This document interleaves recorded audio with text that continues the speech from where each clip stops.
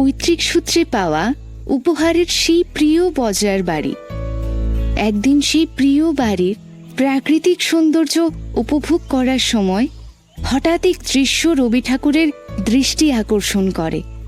তিনি দেখতে পান তার স্ত্রী মৃণালিনী দেবী এবং তার বান্ধবী অমলা দাস যেন নিজেদের সুখ দুঃখের গল্পে কোথাও হারিয়ে গেছেন। তাদের অন্তরঙ্গ কথোপকথন, হাসির শব্দ এবং গানের মিষ্টি সুর যেন প্রকৃতি এবং বাতাসকে ভরিয়ে তুলেছে। আর এই দৃশ্যটি রবীন্দ্রনাথের মনে অনুপ্রেরণার এক ঢেউ জাগায় এবং তিনি তৎক্ষণাৎ সেই মুহূর্তটি গানে ধারণ করতে বাধ্য হন।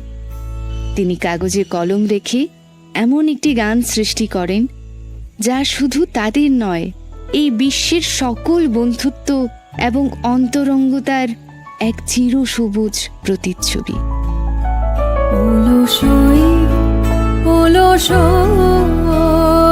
তোদের আছে মনের কথা, আমার আছে কই।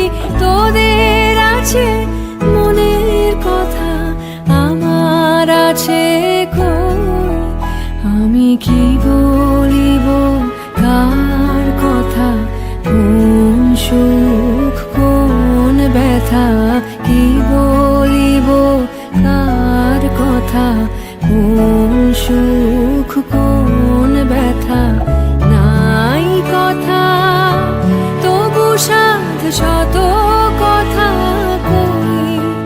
আমার নাই কথা তবু সাধ শত কথা কই। অলসই তোদের এত কি বলিবার আছে, ভেবে অবাক হই। তোদের এত কি বলিবার আছে, ভেবে অবাক হই। আমি একা বসি সন্ধ্যা হলে, আপনি ভাসি নয়ন জলে। একা বসি সন্ধ্যা হলে, আপনি ভাসি নয়ন জলে। কারণ কেহ শুধাইলে নীরব হয়ে রই। অলসই আমার ইচ্ছা করে তোদের মতন মনের কথা কই।